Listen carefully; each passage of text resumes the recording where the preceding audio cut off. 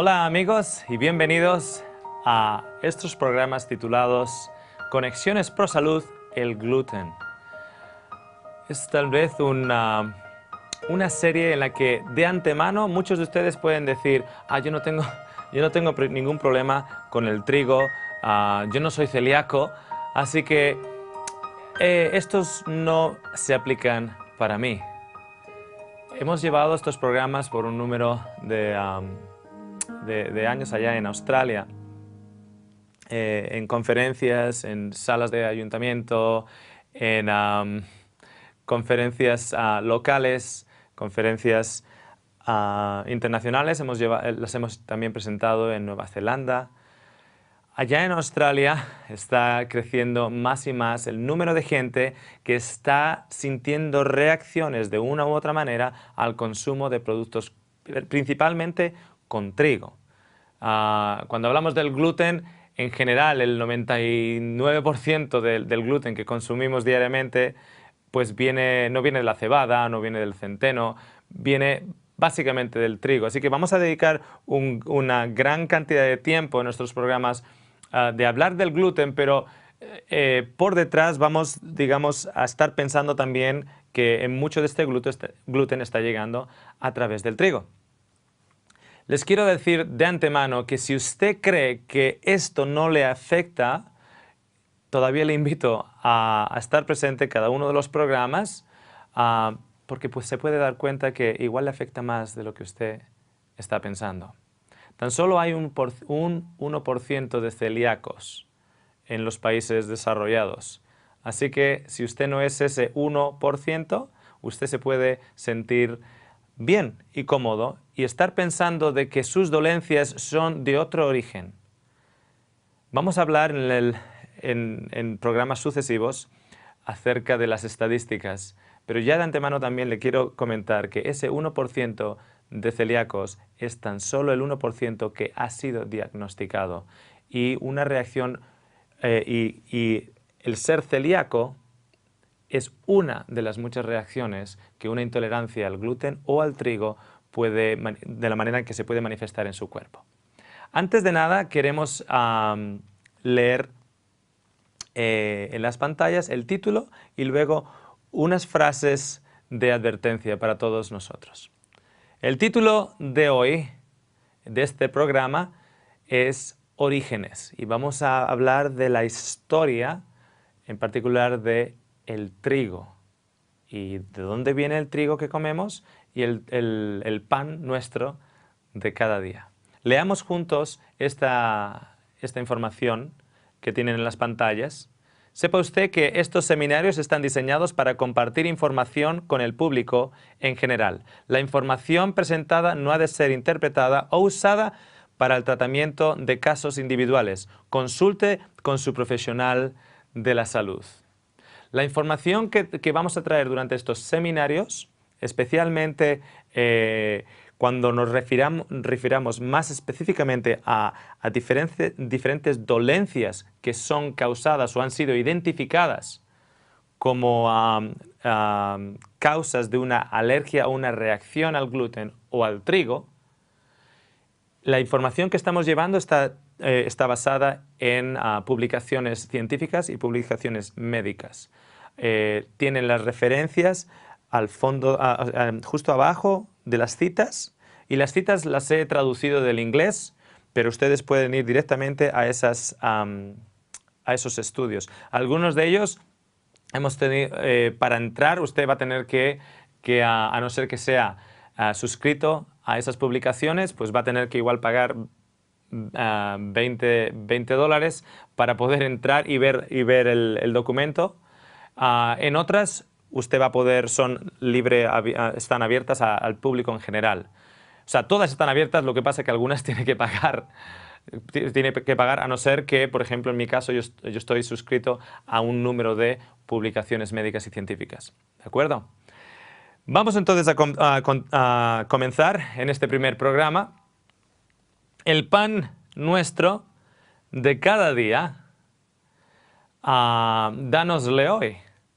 Y es algo que históricamente se ha consumido por generaciones y generaciones, por un gran número de civilizaciones. Es lo que ha mantenido, de hecho, muchas civilizaciones con vida en tiempos de sequía, en tiempos de hambruna, por el hecho de que el grano siempre se podía conservar y nos servía para alimentar no solo a los animales, sino a nosotros también, y de esa manera esa civilización ha podido ser preservada.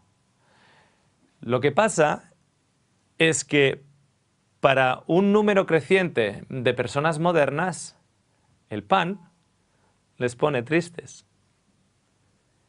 Algo que antes no conocíamos, pero más y más niños están intolerantes al consumo del pan, el pan nuestro de cada día. Quiero que vean un poquitito el dilema en el cual yo me encontré años atrás cuando, como profesional de la salud, gente venía a nuestra consulta para preguntar de nutrición, para saber, para que nosotros pudiéramos ayudarles a la hora de implementar un nuevo estilo de vida, etc. Y venían con diferentes dolencias. Entonces, había ciertas cosas en su dieta que nosotros quitábamos o que recomendábamos la abstinencia. Y cuando un número de cosas se quitaban, ellos mejoraban. Había, sin embargo, un número cada día más creciente de personas que llegaban a donde nosotros y quitábamos cierto número de cosas y las dolencias mejoraban sustancialmente, pero todavía estaban ahí. Entonces, en ese momento, nosotros recomendábamos quitar todo producto con gluten. ¿Y cuál era mi sorpresa cuando al mes regresaban, o incluso a las 2 semanas regresaban, y decían, eso era lo que me faltaba a mí, porque me sentí mucho mejor quitando el resto de las otras cosas, pero cuando quité el gluten, lo que significa productos con trigo, etcétera, etcétera, cuando lo quité, ya me he dado cuenta, por ejemplo, que mi artritis ha mejorado, pero en 2 semanas. ¿Cómo puede ser posible? En tan solo 4 semanas, en tan solo 6 semanas, en tan solo 3 meses. Otros decían, ya no tengo reflujo. Ya cuando como, no me hincho. Otros decían, he perdido mi barriga cervecera. Por cierto, que la cerveza se hace de la cebada y la cebada tiene gluten.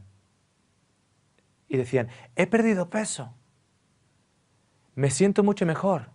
Mi mente está mucho más clara. Mis uñas se han fortalecido. Ya no tengo esos dolores de cabeza. A mi hija, desde que quité la leche, desde que quité los productos lácteos, ella se sintió mucho mejor. Pero ahora que con la leche y los productos lácteos he quitado el gluten, como tú me recomendaste, Oscar, ahora resulta que se le ha limpiado la cara de acné. Y resulta que se siente mucho, mucho mejor, se le ha secado todo el acné y ya no usa las cremas. Claro, ¿cuál es el dilema para mí? Yo soy cristiano. Y como cristiano, en la Biblia habla de el pan nuestro de cada día. Y yo me pregunto, ¿acaso Dios no sabe de dieta? ¿Cómo es que nos está recomendando algo y yo cuando se lo quito a personas bien enfermas, resulta que esas personas se mejoran?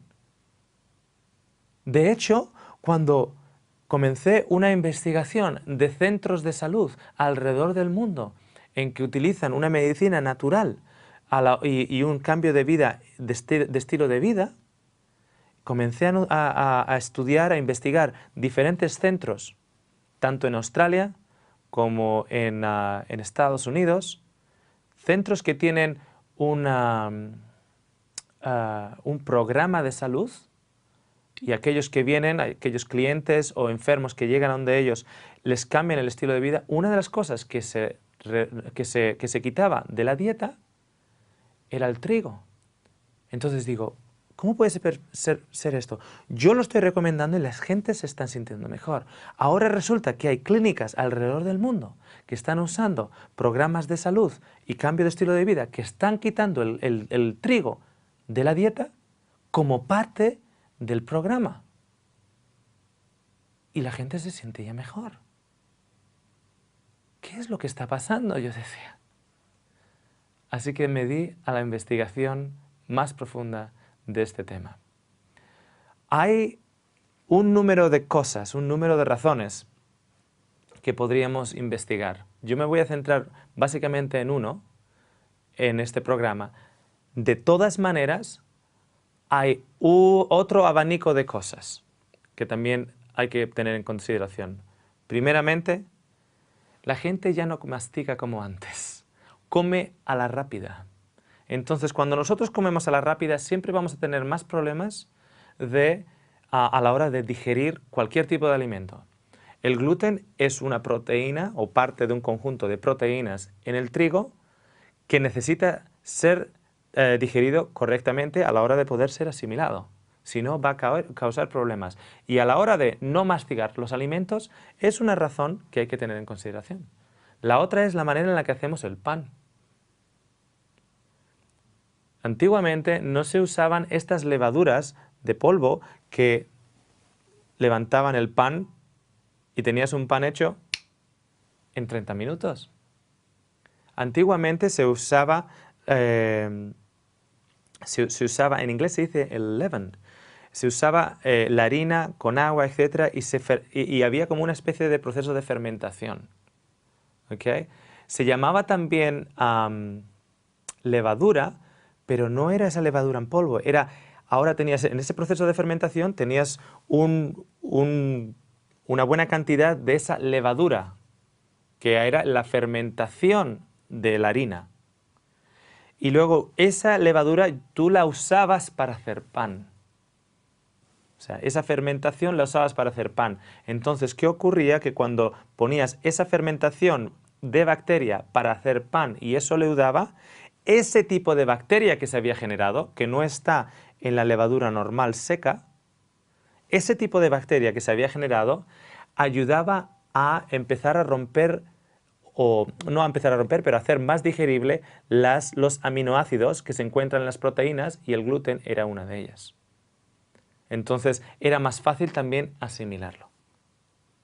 Al mismo tiempo de la falta de tiempo para masticar correctamente las comidas, de estar continuamente de una manera rápida y comer rápido, de usar modernamente un tipo de levadura que no se ha usado históricamente. Al mismo tiempo, aparte de todo eso, actualmente la harina no se hace como antiguamente, en el cual uno tenía dos piedras y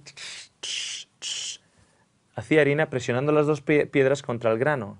Actualmente los molinos actuales lo que hacen es cortan el trigo, no lo aplastan, no sacan la harina del roce entre dos piedras. ¿Okay? Este roce entre dos piedras permiten también una mejor asimilación. Actualmente los molinos grandes lo que hacen es cortan de tal manera tan pequeña que al final prácticamente pulverizan. ¿Okay? Entonces eso en sí hace que esa harina sea menos digerible que la harina realizada en las condiciones tradicionales. Aparte de eso, a la hora de hacer el pan, actualmente, para que el pan tenga esa más consistencia, sean panes más ligeros, etcétera, etcétera, etcétera, normalmente se le aumenta aún más el contenido de gluten. Se le añade más gluten al pan del que tradicionalmente teníamos. O sea, ahora tenemos un pan que tiene más gluten para más esponjosidad. Tenemos una harina que ha sido cortada y no machacada entre dos piedras. Tenemos un tipo de levadura, que es una levadura moderna, que no empieza a predigerir la proteína y lo comemos rápido y mal.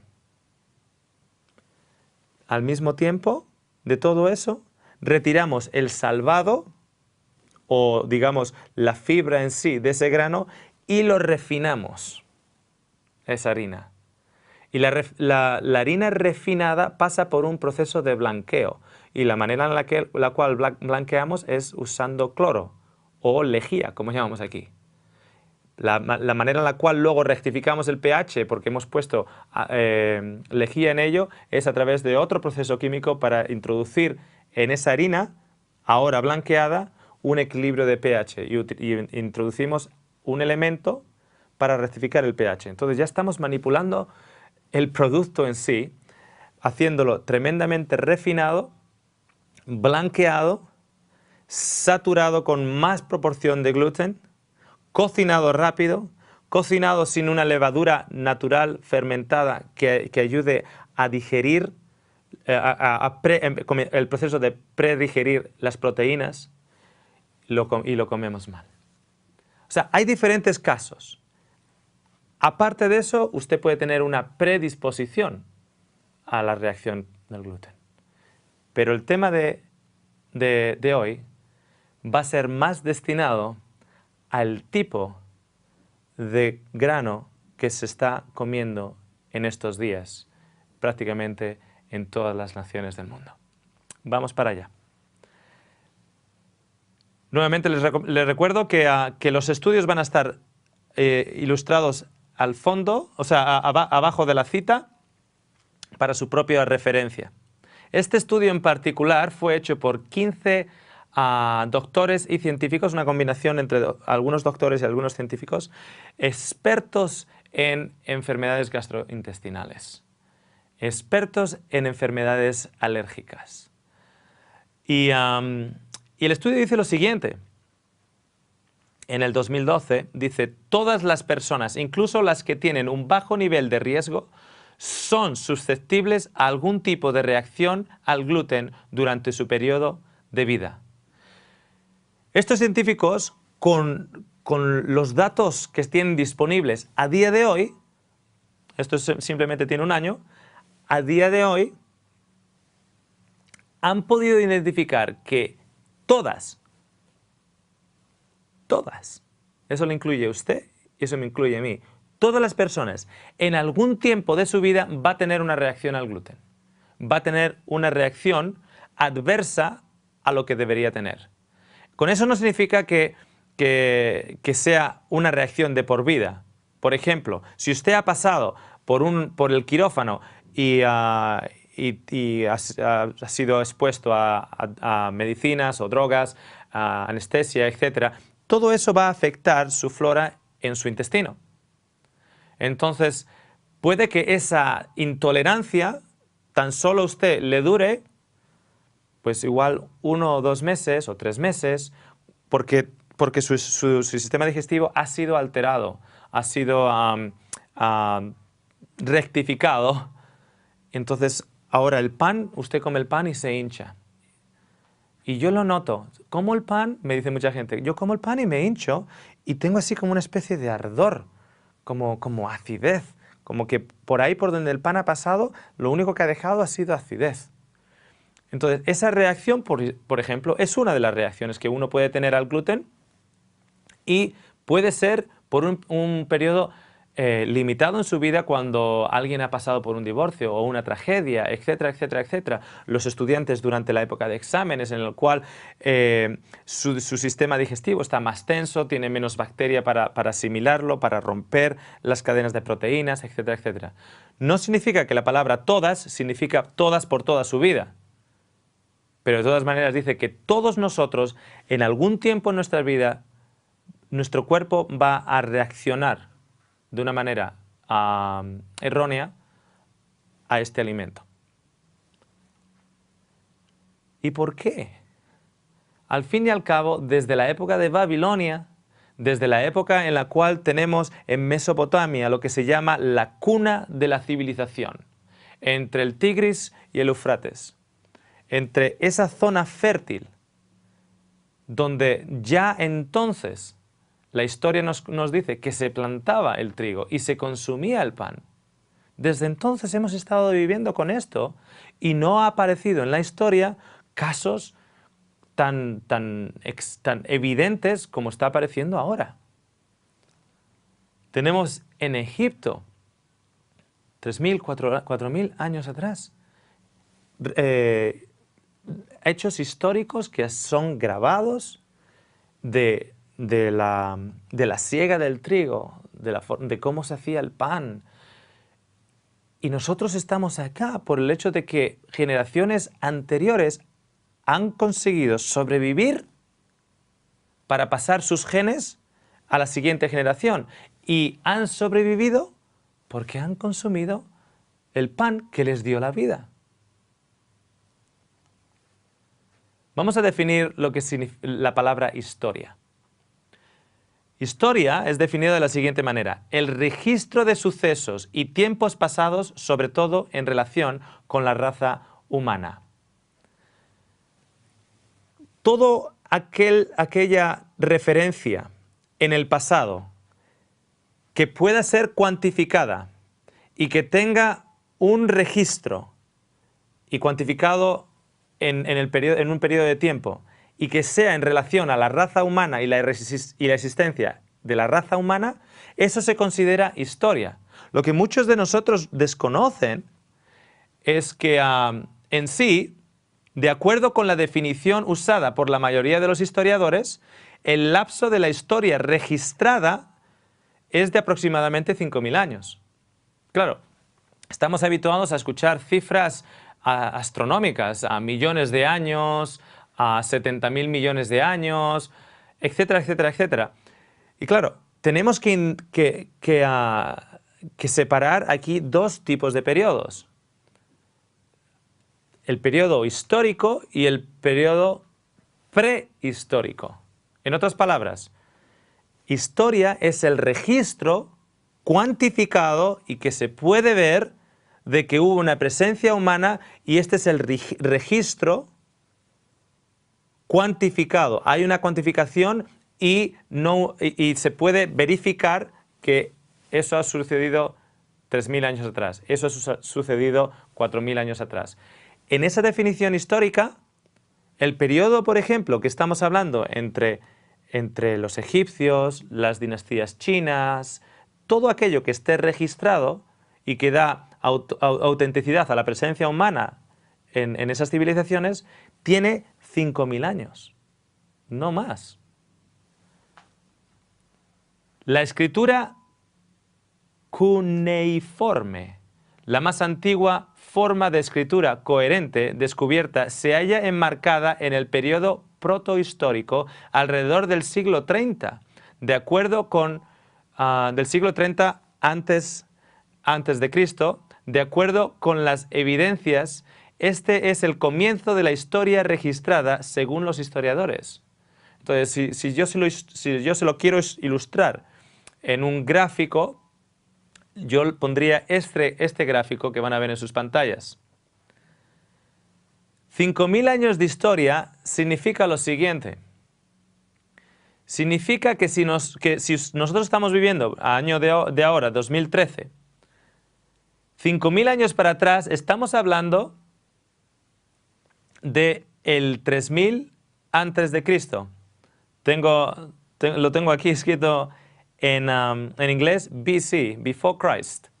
Entonces tenemos el año 0, o aproximadamente alrededor del año 0, y tenemos los 2.000 años para este lado, y tenemos los 3.000 años para el otro lado, formando 5.000 años. Cuando los científicos han calculado los sedimentos del río Nilo y saben a lo largo de cierto número de años cuántos sedimentos deposita el Nilo en su delta, los científicos saben que el Nilo ha estado poniendo sedimentos en el delta por los últimos 5.000 años. Cuando, por ejemplo, vamos a bosques primarios en Estados Unidos y vemos las grandes secuoyas y árboles primarios que se llaman, sabemos que no hay árbol primario más viejo de 5.000 años. Entonces tenemos un periodo de historia que no solo por el lado humano, sino por el lado ecológico, nos está mostrando la fecha de 5.000 años. Entonces, si eso es la definición de historia, tenemos que entender cuál es la definición de prehistoria. La palabra pre significa antes de. antes de la historia. En otras palabras, si es antes de la historia, también se puede definir como antes del registro de sucesos y tiempos pasados, sobre todo en relación con la raza humana. En otras palabras, prehistoria significa antes de que haya un registro. Antes de que haya un registro histórico que se pueda cuantificar. Si es antes de que haya un registro que se pueda cuantificar, otra palabra para definir prehistoria puede ser especulación. ¿Por qué especulación? Porque no hay un registro que se pueda cuantificar en medida de años. En otras palabras, podemos decir que... se lo explico en este momento. El hombre paleolítico. El hombre paleolítico tenía una dieta y se especula que el hombre paleolítico vivió hace 2.6 millones de años. ¿Por qué digo que se especula? Porque tenemos una especulación que dice que es 2.6. Otros, por ejemplo, dicen es alrededor de 2. Claro, acabamos de... El decir 2.6 o el decir 2 no es lo mismo. Hay una diferencia de más de medio millón de años. Esos son muchos años, teniendo en cuenta que tan solo son 5.000 los de historia. ¿Y cómo podemos barajear las cifras tan abiertamente? Porque al ser especulación, al no haber un registro que realmente nos calibre cuál es el cero, pues podemos moverlo de arriba para abajo. Se lo ilustro acá. Aquí tenemos el hombre paleolítico que la prehistoria especula que está a 2.6 millones de años de nosotros. Pero como no hay registro, como no hay un calibraje, yo lo puedo poner acá, a 1 millón. O lo puedo poner a 1.000.008. O nada me impide de ponerlo a 3. Estamos hablando de muchos años de todas maneras. Pero lo puedo mover en esta línea allá donde quiera. ¿Por qué? Porque no hay un registro que calibre y que sea corroborado con otro registro a la hora de calibrar las fechas. Por eso tenemos diferentes científicos que nos mueven a este hombre para arriba y para abajo. ¿Qué ocurre? ¿Por qué hablo del hombre paleolítico? Porque actualmente muchos científicos, doctores, profesionales de la salud, en mi caso como nutricionistas, naturópatas, se han dado cuenta de que hay un problema con el trigo. El trigo está dando un problema a gran número de personas y no es solo un 1% de los celíacos que son afectados. Puede que la reacción no sea celíaca, pero hay un efecto. Entonces, como se están dando cuenta que literalmente hay un problema, tienen que no solo quitar el trigo para que ese problema pueda ser solucionado, sino que al mismo tiempo desean encontrar una explicación. Entonces, la explicación que han encontrado es la siguiente. Si yo quito el trigo y de hecho todo grano de un individuo y lo pongo en la dieta paleolítica, me doy cuenta que ese individuo mejora de salud. ¿Cuál es la dieta paleolítica? Bueno, de acuerdo a ellos, es lo siguiente: un consumo bien exagerado de proteínas animales y preferiblemente, por ejemplo, animales que estén salvajes. ¿Por qué? Porque en el concepto paleolítico el hombre iba con una lanza y iba corriendo, iba matando un bisonte, iba matando un conejo, iba matando un ciervo. Entonces, no tanto un animal doméstico, sino un animal, una cabra, etcétera, etcétera, etcétera. ¿Y sabe lo que pasa? Que en el principio, en los primeros 6 meses, el primer año o los primeros 2 años, esa persona que antes tenía una reacción al gluten se siente mucho mejor. ¿Por qué? Porque el gluten ya no está ahí. No se siente mejor por la dieta de paleo o paleolítica. Se llama dieta paleo o paleolítica. No se siente mejor por ello. Se siente mejor porque aquello que le estaba haciendo mal y le estaba haciendo reacción ya no está. El problema es que según esa persona continúe en esa dieta de tanta grasa, no de tanta grasa, perdón, de tanta proteína animal, ¿okay? Estamos hablando de un 60-65% de la dieta, hasta un 70% de la dieta, basada en proteína animal. Y el resto, como uno no puede comer ningún tipo de grano, el resto viene a ser pues fresas, bayas, cosas que crezcan en arbustos, por ejemplo. Entonces, estos profesionales de la salud están recomendando a la gente, bueno, trata de comer carnes que no tengan grasa, come bastante de ello, pero que no tenga grasa, y vegetales de hoja verde. ¿Por qué? Porque eso es lo que el paleolítico, según ellos, comería. O bayas, porque eso es lo que el paleolítico comería. O fresas, porque eso es lo que el paleolítico comería. No comas mucha banana, porque posiblemente el paleolítico no comía eso y la banana te va a engordar. Eso es lo que dice. Entonces, ¿qué ocurre? Que una persona que ha dejado de comer carbohidratos a ese nivel, automáticamente va a bajar de peso. Entonces la persona se siente mucho más bella, el marido está mucho más contento, pero al cabo de los 6 meses, al cabo del año, al cabo de los 2 años, los cuerpos ketones que se empiezan a acumular en el cuerpo, el aumento del ácido úrico que se empieza a acumular y el exceso de proteína que se empieza a acumular en el cuerpo, no solo aumenta tu ácido úrico, sino al mismo tiempo los estudios son bien claros e irrefutables. Un exceso de proteína animal a esos niveles es el alimento. Cuando el cuerpo tan solo necesita un 14, un 15, un 16% diario de proteína, no un 60, un 70%, ese extra no solo aumenta su ácido úrico, no solo aumenta sus problemas de artritis, no solo va a aumentar esos indicadores, sino que al mismo tiempo va a alimentar a células cancerosas.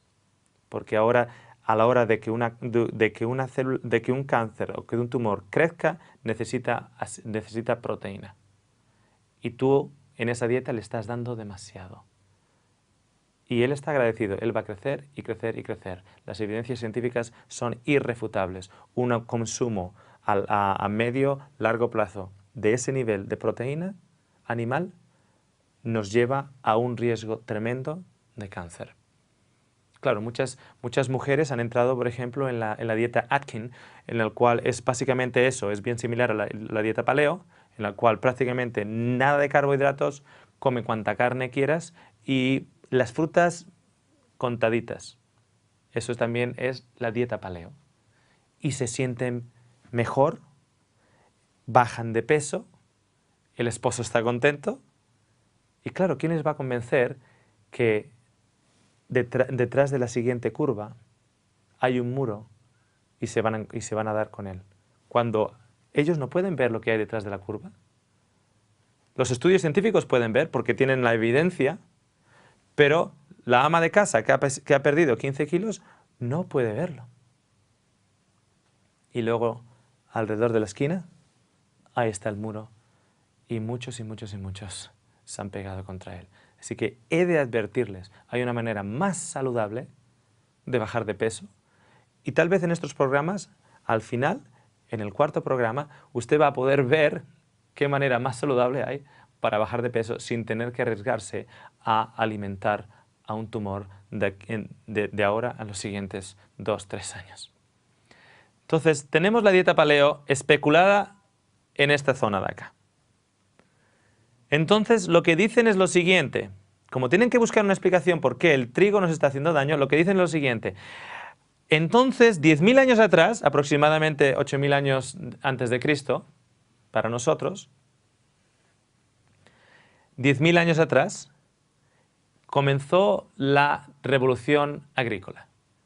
Y el hombre empezó a cultivar. Entonces, dicen, como solo hemos estado comiendo grano por los últimos 10.000 años, nuestro cuerpo no ha llegado todavía a acostumbrarse. 10.000 años. ¿Y nuestro cuerpo todavía no se ha acostumbrado a comer el pan? Si usted le da un caramelo a un niño de 3 años, en 5 minutos ese niño se acostumbra a ese caramelo. 10.000 años y no nos hemos acostumbrado. No tiene sentido. Son muchos años, son muchas generaciones, son muchas civilizaciones que han sido sostenidas y han sido dadas vida tan solo con los granos. China es lo que es hoy porque fue alimentada con grano. Hoy tenemos la raza egipcia y la raza judía porque por generaciones fueron alimentados en muchos periodos de sus vidas tan solo con granos. Si no nos hubiéramos acostumbrado, esas generaciones nunca hubiesen existido, porque estaríamos comiendo un veneno. Entonces, ¿qué ocurre? Tenemos que ver que si en el pasado existía un problema, deberíamos ver más casos en el pasado que en el presente. ¿Por qué? Porque eso es lo que la evolución enseña. Enseña que nosotros vamos a un estado superior. Y que los débiles van quedándose a un lado y los genes fuertes van avanzando. Entonces, si hace 10.000 años había individuos humanos que cuando comenzaron a comer el trigo tenían tal reacción que su cuerpo lo rechazaba, eso significa que si esa persona continuara comiendo, esa persona iba a morir. De hecho, a día de hoy hay ciertos celíacos que prueban una galleta y son enviados directamente al hospital, pueden morir por la dilatación que ocurre o la falta de dilatación y se asfixian. Hay una reacción inmunológica que se asfixian si no son tratados inmediatamente. Entonces, ¿qué ocurre? Si esa reacción era más generalizada en el pasado, como esta teoría nos dice, significa que, como no teníamos hospitales, ese tipo de personas hubiesen fallecido. Si esas personas hubiesen fallecido, significa que no han pasado a la siguiente generación esos genes malformados, digámoslo así. Con lo que tendríamos que ver más casos en el pasado y cada vez menos y menos y menos y menos casos en el presente. Pero lo que estamos viendo y lo que la historia nos indica es lo siguiente. Vemos muy pocos casos en los últimos 5.000 años y vemos una auténtica epidemia a día de hoy. Es totalmente lo opuesto. La otra cosa que tenemos que considerar... Miren esta foto. Este es un hombre paleo. ¿Usted sabía que los paleolíticos tenían cámara de foto digital? Este es otro hombre paleo. Vive en el país que yo vivo también, en Australia. Es un hombre paleo. Y vive en Australia a día de hoy. Esto es una aldea palea en África a día de hoy. De hecho, este hombre paleo en Papúa Nueva Guinea o en Australia es contemporáneo de una joven en Madrid con un iPhone. Esta aldea palea en África es contemporánea, en otras palabras, está en existencia al mismo tiempo que tenemos Tokio en Japón. Son contemporáneos. Entonces, si a día de hoy usted puede ir por el centro de Australia, una nación avanzadísima, pero usted va por el centro de Australia o en el norte de Australia, en el área de Queensland y en las ciudades, usted está viendo a gente que está actuando de una manera paleo o paleolítica y al mismo tiempo tienes ejecutivos en ese mismo contexto, ¿qué nos hace pensar que los romanos, esa civilización tan avanzada en su tiempo, no tenían al mismo tiempo de su existencia otras poblaciones que vivían de cazar conejos y vivían sin espadas y vivían sin senado y vivían sin baños públicos, etcétera, etcétera, etcétera? Si tenemos paleo nosotros ahora, tenemos personas paleolíticas a día de hoy, por su cultura, por su localización. Entonces, ¿qué pasa si en realidad la evidencia nos está mostrando otra cosa? ¿Qué pasa si la evidencia realmente nos está mostrando que el hombre paleolítico podría compartir tiempo en la historia con la edad del bronce, o con la edad del hierro, o con el imperio griego, o con el imperio romano? De la misma manera que el hombre paleolítico hoy en África o el hombre paleolítico hoy en Papúa Nueva Guinea o en el centro de Australia comparte tiempo histórico con nosotros y con nuestra tecnología. Con lo que significa que el nombre paleo también yo lo puedo mover, paleolítico lo puedo mover dentro de esos 5000 años. Y si hago eso, me acabo de cargar 2.6 millones de años de especulación. Porque existen paleolíticos hoy en día. Lo que significa que el origen del trigo y el origen de los granos y el consumo para nuestras civilizaciones tal vez no es tan lejano. Y en cierta manera es cierto que ha sido el pan de vida para las civilizaciones. Otra cosita que tenemos que identificar es lo siguiente. Aquí vemos el hombre más alto, se supone, de acuerdo a la evolución, que es usted y yo. Somos los más evolucionados. El siguiente para atrás en la lista es el hombre paleolítico. Y es la dieta paleolítica, la de mucha carne, mucha carne, poco fruta, vegetales un poquitito de hoja verde, y vas a bajar de peso y te vas a poner como un hombre paleolítico súper fuerte, es el que está por debajo de nosotros. Entonces, lo que no podemos tener es una filosofía y un entendimiento de vida que lo podamos cambiar según nos conviene. Lo que no podemos decir es, yo creo en la evolución firme y creo que evolucionamos a un ser superior, y luego a la hora de encontrar la dieta ideal para el hombre, nos damos la vuelta y miramos a 2.6 millones de años para atrás. Técnicamente, si usted cree en la evolución, la dieta ideal del día de hoy ha de ser la hamburguesa con patatas fritas y el refresco helado al lado, y acabando con un helado. Esa debería ser la dieta ideal para el hombre. ¿Por qué? Porque en esa teoría el hombre está evolucionando a algo mejor.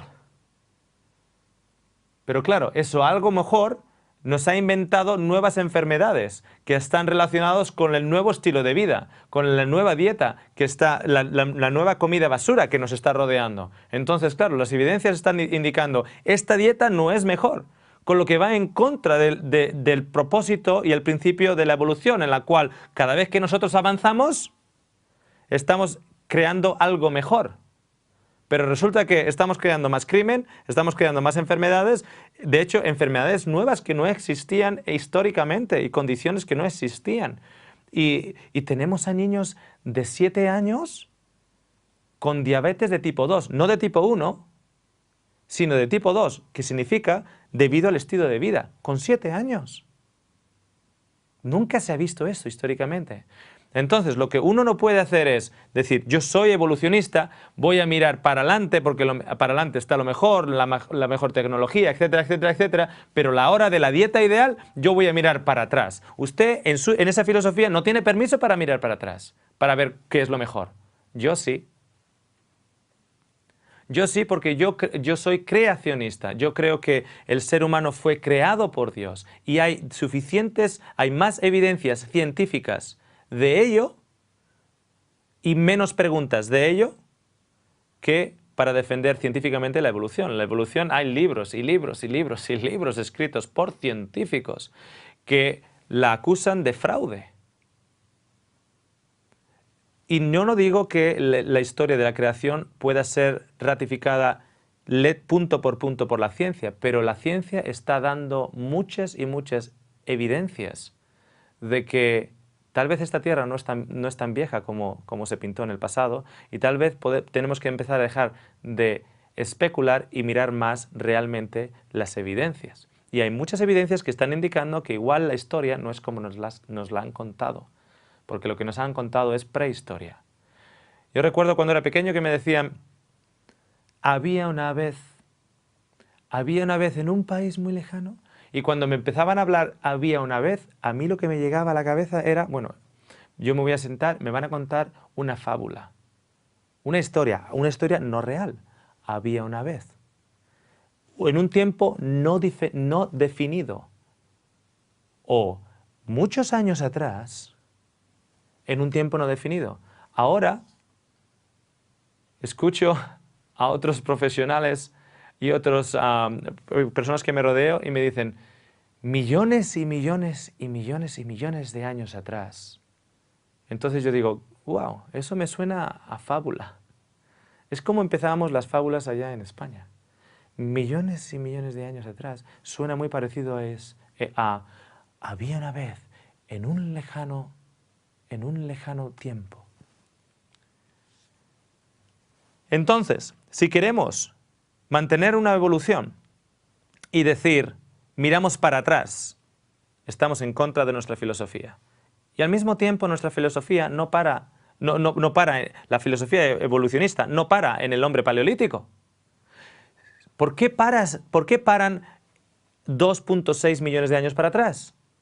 No pares, continúa. ¿Cuál es la dieta del hombre? Entonces tienes que empezar a continuar mirando para atrás. ¿Por qué paras en el hombre paleolítico? Tienes que seguir mirando para atrás. Tal vez en el mono. Pero bueno, sigue mirando para atrás. ¿Cuál es la dieta original del hombre? La teoría de la evolución no te da la dieta original del hombre. Primero, no te da permiso para mirar para atrás y no te da la dieta ideal del hombre. En otras palabras, ¿con qué tipo de alimentos el hombre funciona mejor? Es una filosofía que mira hacia adelante, no hacia atrás. Y si no, pues claro, porque también podemos decir que como venimos del pez, entonces, ¿cuál es la dieta original del hombre? Yo sí tengo permiso para mirar para atrás. Porque en la Biblia nos dice una dieta original del hombre. El hombre fue diseñado y el diseñador dio las especificaciones y qué tipo de combustible este hombre necesitaba para un trabajo óptimo. ¿Okay? Y una fuerza óptima. Entonces yo, en mi filosofía, soy constante. Miro para atrás y soy constante. Entonces, elija una filosofía en la cual uno puede ser constante en todas las áreas. No solo unas, en todas las áreas. Bien, vamos a avanzar. El mismo artículo que les mencionaba antes dice lo siguiente. Les recuerdo, todas las personas, incluso las que tienen un bajo nivel de riesgo, son susceptibles a algún tipo de reacción al gluten durante su periodo de vida. Por lo tanto, nos dice,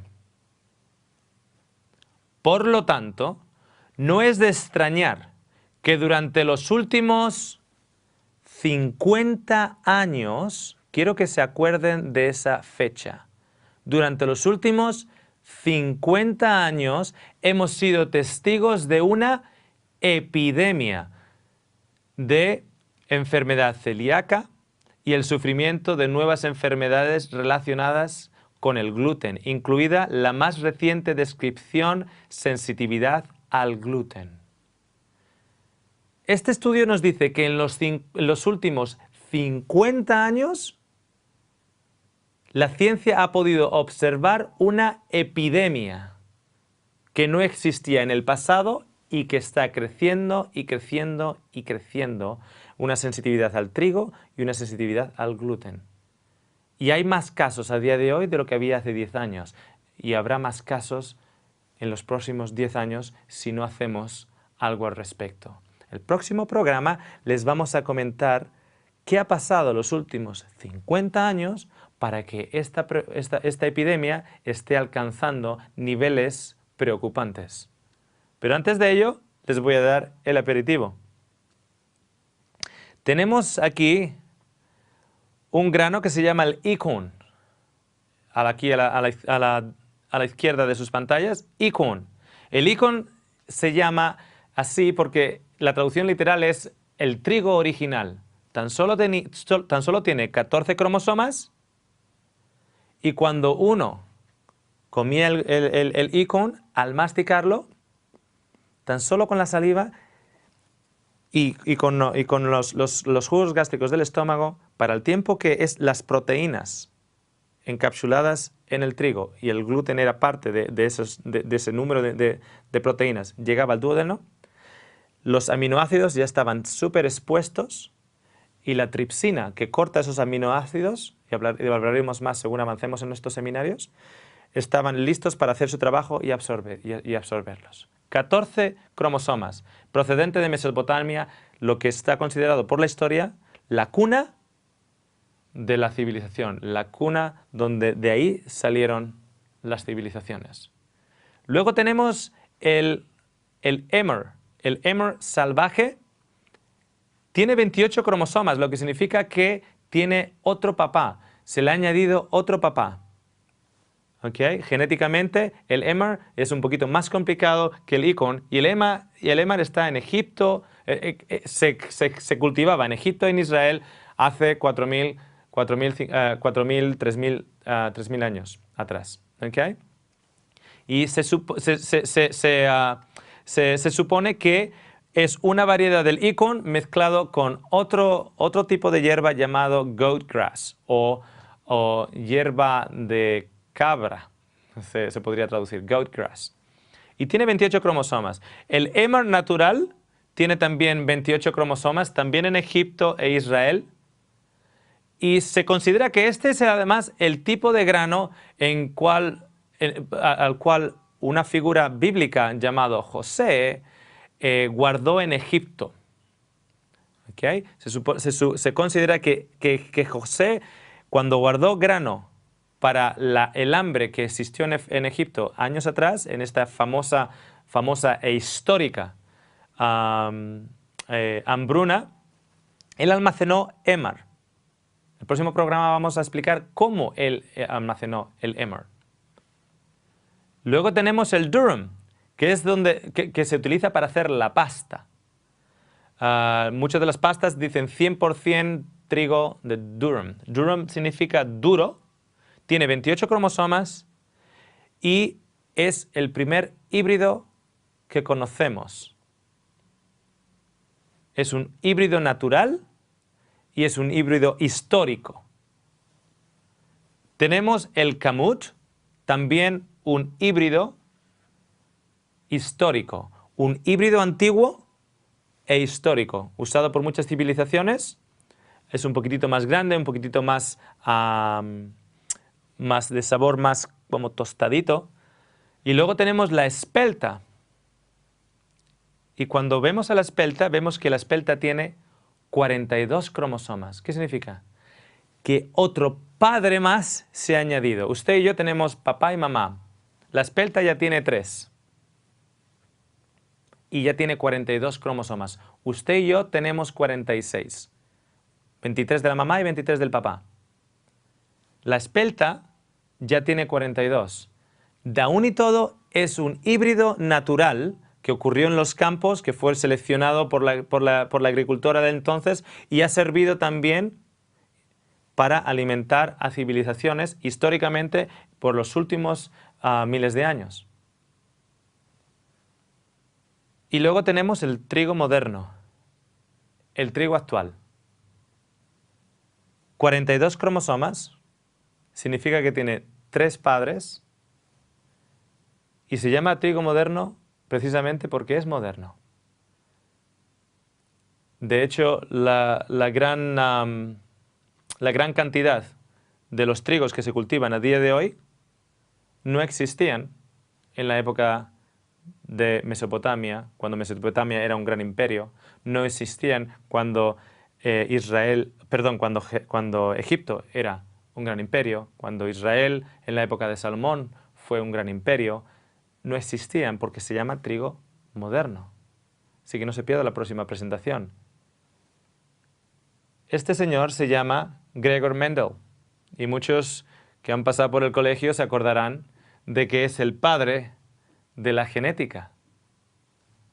Gregor Mendel fue el primero en comprender la genética de la herencia y la segregación. Él se dio cuenta a través de sus experimentos. Él era un fraile, pero al mismo tiempo tenía un don tan hermoso a la hora de la investigación y la ciencia. Y usando 2 familias de guisantes, o arvejas, como lo suelen decir en Sudamérica, mi esposa chilena lo dice arvejas. Cuando de estos guisantes, él se dio cuenta que había un gen dominante y un gen no dominante.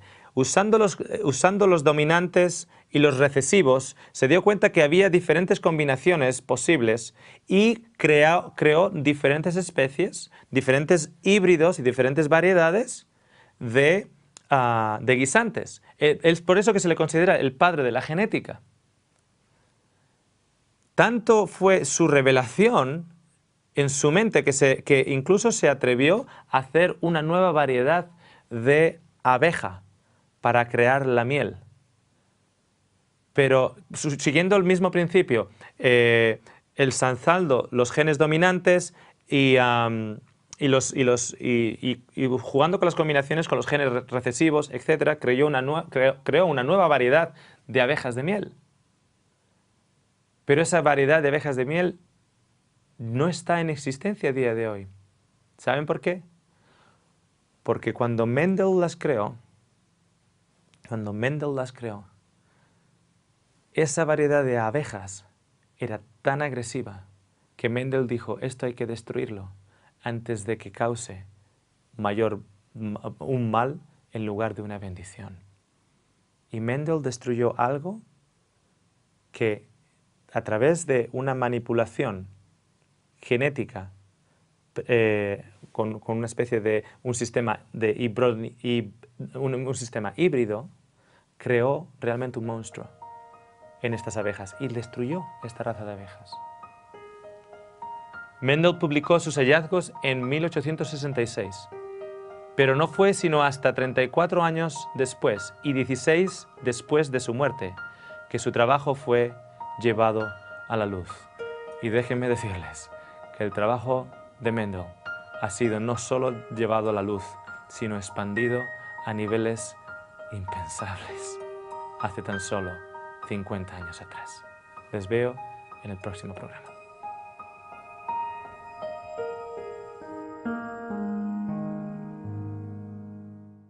Ya no tengo esos dolores de cabeza. A mi hija, desde que quité la leche, desde que quité los productos lácteos, ella se sintió mucho mejor. Pero ahora que con la leche y los productos lácteos he quitado el gluten, como tú me recomendaste, Oscar, ahora resulta que se le ha limpiado la cara de acné. Y resulta que se siente mucho, mucho mejor, se le ha secado todo el acné y ya no usa las cremas. Claro, ¿cuál es el dilema para mí? Yo soy cristiano. Y como cristiano, en la Biblia habla de el pan nuestro de cada día.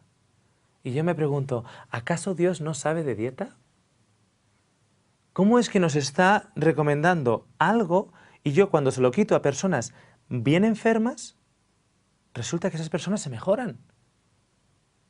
De hecho, cuando comencé una investigación de centros de salud alrededor del mundo en que utilizan una medicina natural y un cambio de vida, de estilo de vida, comencé a estudiar, a investigar diferentes centros tanto en Australia como en Estados Unidos, centros que tienen un programa de salud, y aquellos que vienen, aquellos clientes o enfermos que llegan a donde ellos, les cambian el estilo de vida. Una de las cosas que se quitaba de la dieta era el trigo. Entonces digo, ¿cómo puede ser esto? Yo lo estoy recomendando y las gentes se están sintiendo mejor. Ahora resulta que hay clínicas alrededor del mundo que están usando programas de salud y cambio de estilo de vida que están quitando el trigo de la dieta como parte del programa. Cuando como profesional de la salud, gente venía a nuestra consulta para preguntar de nutrición, para saber, para que nosotros pudiéramos ayudarles a la hora de implementar un nuevo estilo de vida, etc. Y venían con diferentes dolencias. Entonces, había ciertas cosas en su dieta que nosotros quitábamos o que recomendábamos la abstinencia. Y cuando un número de cosas se quitaban, ellos mejoraban. Había, sin embargo, un número cada día más creciente de personas que llegaban a donde nosotros y quitábamos cierto número de cosas y las dolencias mejoraban sustancialmente, pero todavía estaban ahí. Entonces, en ese momento, nosotros recomendábamos quitar todo producto con gluten.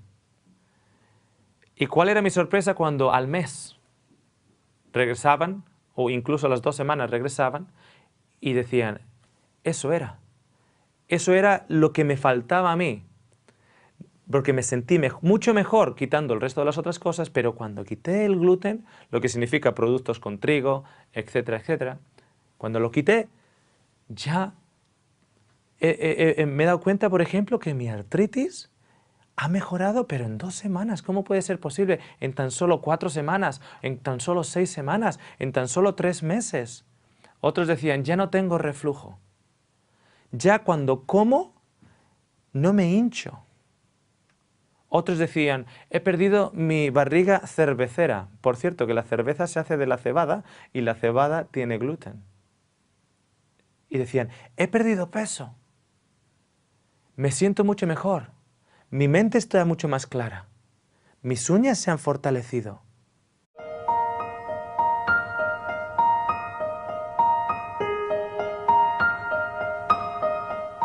Hola amigos y bienvenidos a estos programas titulados Conexiones Pro Salud, el gluten.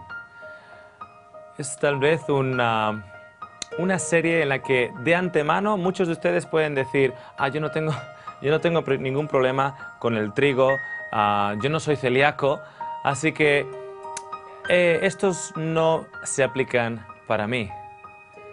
Hemos llevado estos programas por un número de años allá en Australia, en conferencias, en salas de ayuntamiento, en conferencias locales, conferencias internacionales, las hemos también presentado en Nueva Zelanda.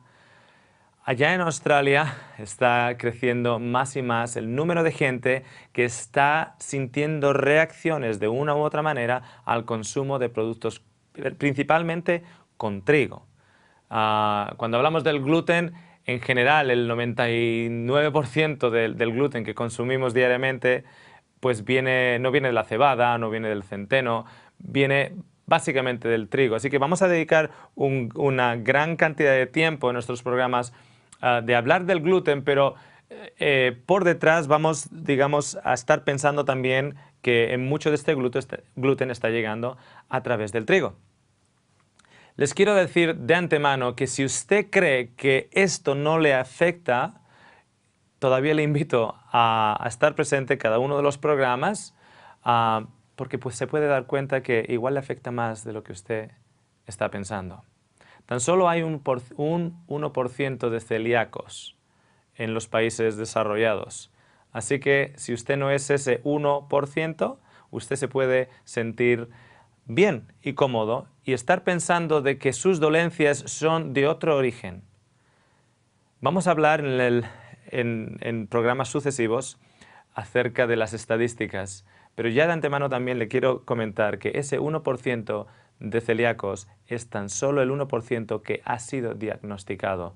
Y una reacción, y el ser celíaco es una de las muchas reacciones que una intolerancia al gluten o al trigo puede, de la manera en que se puede manifestar en su cuerpo. Antes de nada, queremos leer en las pantallas el título y luego unas frases de advertencia para todos nosotros. El título de hoy, de este programa, es Orígenes y vamos a hablar de la historia, en particular de el trigo y de dónde viene el trigo que comemos y el pan nuestro de cada día. Leamos juntos esta información que tienen en las pantallas. Sepa usted que estos seminarios están diseñados para compartir información con el público en general. La información presentada no ha de ser interpretada o usada para el tratamiento de casos individuales. Consulte con su profesional de la salud. La información que vamos a traer durante estos seminarios, especialmente cuando nos refiramos más específicamente a diferentes dolencias que son causadas o han sido identificadas como causas de una alergia o una reacción al gluten o al trigo, la información que estamos llevando está basada en publicaciones científicas y publicaciones médicas. Tienen las referencias al fondo, justo abajo de las citas, y las citas las he traducido del inglés, pero ustedes pueden ir directamente a esos estudios. Algunos de ellos hemos tenido, para entrar usted va a tener que a no ser que sea suscrito a esas publicaciones, pues va a tener que igual pagar $20 para poder entrar y ver el documento. En otras, usted va a poder, están abiertas al público en general. O sea, todas están abiertas, lo que pasa es que algunas tiene que pagar. Tiene que pagar, a no ser que, por ejemplo, en mi caso, yo estoy suscrito a un número de publicaciones médicas y científicas. ¿De acuerdo? Vamos entonces a comenzar en este primer programa. El pan nuestro de cada día, dánosle hoy. Y es algo que históricamente se ha consumido por generaciones y generaciones por un gran número de civilizaciones. Es lo que ha mantenido, de hecho, muchas civilizaciones con vida en tiempos de sequía, en tiempos de hambruna, por el hecho de que el grano siempre se podía conservar y nos servía para alimentar no solo a los animales, sino a nosotros también, y de esa manera esa civilización ha podido ser preservada. Lo que pasa es que para un número creciente de personas modernas, el pan les pone tristes. Algo que antes no conocíamos, pero más y más niños están intolerantes al consumo del pan, el pan nuestro de cada día. Quiero que vean un poquitito el dilema en el cual yo me encontré años atrás